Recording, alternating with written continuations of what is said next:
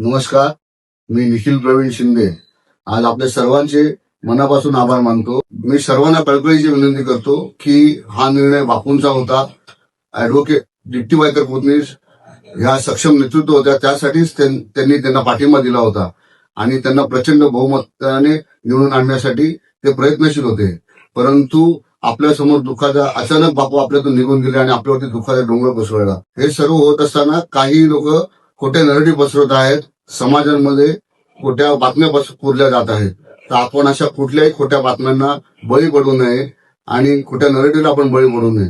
बापूंचे जे स्वप्न होते आपल्या दीप्तीला प्रचंड बहुमताने निवडून आणायचे होते, ते स्वप्न तुम्ही पूर्ण कराल अशी मी आशा करतो। दीप्ती ताईच्या पाठीमागे आपण असे खंबीरपणे बापूंसारखे उभं राहून त्यांच्यासाठी आपण मत द्याल याची मी आशा करतो। आपले एक मत दीप्तीताईंना असेल तेच बापूंना खरी श्रद्धांजली ठरेल याची मी आशा करतो आणि सर्वांना दीप्ती वायकर पुतनीस यांना प्रचंड बहुमताने निवडून येण्याची विनंती करतो। जय हिंद, जय महाराष्ट्र।